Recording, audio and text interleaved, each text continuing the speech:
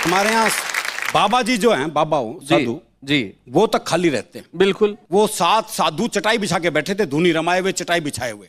एक छोरा पहुंच गया, जो सबसे बूढ़ा बाबा था, उसको हाथ दिखा के बोला, बाबा एक छोरी ना बहुत प्यार करूं हूं, अच्छा, पर वो घास ही ना डालती। हाँ। तो सबसे बूढ़े बाबा ने सबसे छोटे बाबा को आवाज लगाई, बोले रामलाल एक चटाई और बिछा दे। दामाद 50 साल पति को लेने, तो सास का जी नहीं कर रहा था भेजने का, तो उसने बाकी बच्चों से कहा, बोल जीजा को समझाओ। अच्छा। और अगर नहीं माने ना तो यूं कह देना हमारी माता जी की देवी आ जाती है। देवी आ जाती है। और जब देवी आ जाती है अपनी बात मनवा के छोड़ती है। बालक पहुंच के बोले जी आज अभी नहीं भेजेंगे, बोले लेके जाऊंगा। बोला ऐसा हमारी माता जी की देवी आ जाती है, और जब देवी आ जाती है अपनी बात मनवा के छोड़ती है। बोला देवी आ जाया देवा आ जा, मैं तो लेके जाऊंगा। थोड़ी देर बाद सास जो बाल वाल बिखेर के आ गई। हाँ। बोले देवी आ गई ना भेजूं, देवी आ गई ना भेजूं, देवी आ गई ना भेजूं। दामाद थोड़ी देर ड्रामा देखता रहा, फिर बोला भैरव आ गया लेके जागा। दरअसल क्या हमारे अंग्रेजी के अलावा हिंदी में भी कुछ ऐसे शब्द होते हैं जो साइलेंट होते हैं। जैसे आपने ध्यान दिया होगा कि जब भी कोई दुकानदार मोल भाव करते समय कहता है कि आपको ज़्यादा नहीं लगाएंगे, उसमें चूना शब्द साइलेंट होता है। शादी के समय जब कहा जाता है कि हमारी लड़की तो गाय है गाय, उसमें सिंग वाली शब्द साइलेंट होता है। ठीक उसी तरह जब दुल्हन की विदाई के समय कहा जाता है ख्याल रखना, उसमें अपना शब्द साइलेंट होता है। कल मैं खान सर के पास था।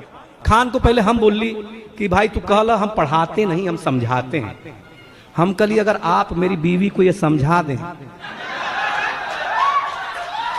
कि हम अच्छे पति हैं, तो हम मान लेंगे कि आप खान सर हैं। हमारी छोड़िए, आप किसी की भी पत्नी को समझा दें कि उसकी पति अच्छा है, हम मान लेंगे कि आप अच्छे टीचर हैं। इसको भी छोड़िए, आप अपनी वाली को होने के बाद समझा लें कि हम अच्छे पति हैं, तो हम मान लेंगे कि आप खान सर हैं। और शादी क्या है मालूम है आपको? शादी सिर्फ एक्सपेक्टेशन का खेल है सारा। लड़का चाहता है कि उसकी होने वाली वाइफ मिस यूनिवर्स की तरह दिखे और कांताबाई की तरह काम करे, जबकि लड़की चाहती है कि उसके होने वाला पति अंबानी की तरह कमाए और गूंगे की तरह चुप रहे। एक रिसर्च कहती है कि लड़के बहुत भोले होते हैं, लड़कियां बिल्कुल नहीं होती हैं। हाँ, एग्जाम्पल के साथ बताता हूं, आपने कभी नहीं सुना होगा कि किसी लड़के ने लड़की को ब्लॉक किया।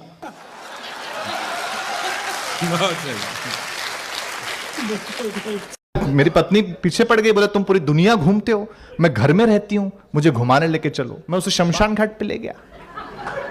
वो बोली कैसी जगह ले आए हो? मैंने कहा रे पगली, लोग मरते हैं आने के लिए।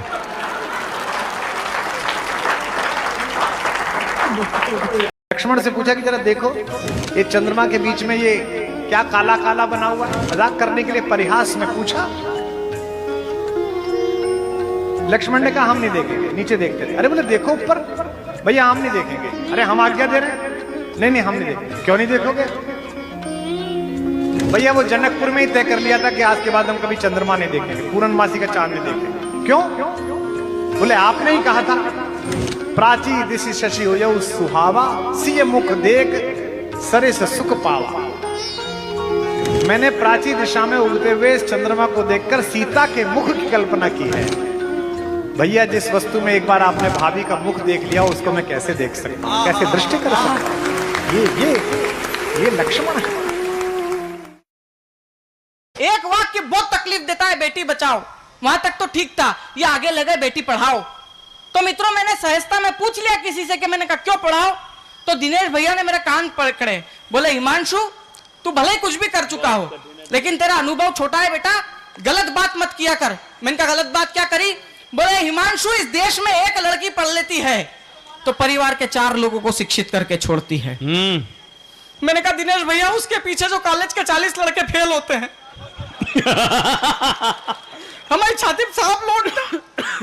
एक तहसील है, तो मैं किसनी चौराहे पर रुका, मैंने पूछा भाई साहब तहसील इधर ही है? तो एक आदमी खड़ा था, बोले और का? मैं आगे निकला तो 3-4 दुकानें छोड़ने के बाद एक सड़क थी, मैंने वहां पूछा, मैंने कहा भैया जो तहसील है इधर ही है? बोले और कहाँ? तो मुझे लगा मैं आगे पहुंचा तो एक और सड़क थी, मैंने वहां एक सज्जन से पूछा, मैंने कहा ये जो तहसील है इधर ही है? तो बोले या श्योर। मैं चक्कर में पड़ गया। मैंने कहा लेकिन भाई साहब एक बात बताओ, अभी जो आपसे पहले 2 मिले थे वो और का बोल रहे थे जब मैंने पूछा? तो बोले अरे वो भाई साहब वो बिना पढ़े लिखे कुबड्डे टाइप के लोग होंगे। तो मैंने कहा आप पढ़े लिखे हैं? बोले और का।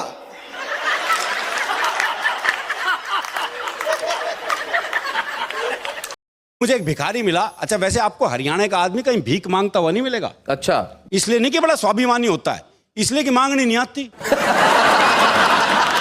तो मुझे एक भिखारी मिला, बोले 20 रुपए दे। बताओ ऐसे वो कौन देगा? हाँ दे। अच्छा कसूर उसका भी नहीं है, दीजिए शब्द है ही नहीं हमारे यहाँ। दीजिए है ही नहीं है, बोले 20 रुपए दे। मैंने कहा भाई क्या करेगा? बोले चाय पीऊंगा।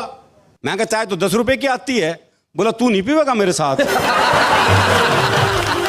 तो बोले कंपनी भी चाहिए। और उत्तर प्रदेश से 3 लोग हैं आज, बताओ।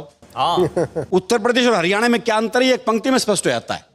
वो एक लखनऊ के आदमी ने हरियाणा के आदमी से कहा, बोले भाई साहब मैं आपको एक तकलीफ दे सकता हूं? हरियाणा वाला छूटते बोला, बोले देख है देख।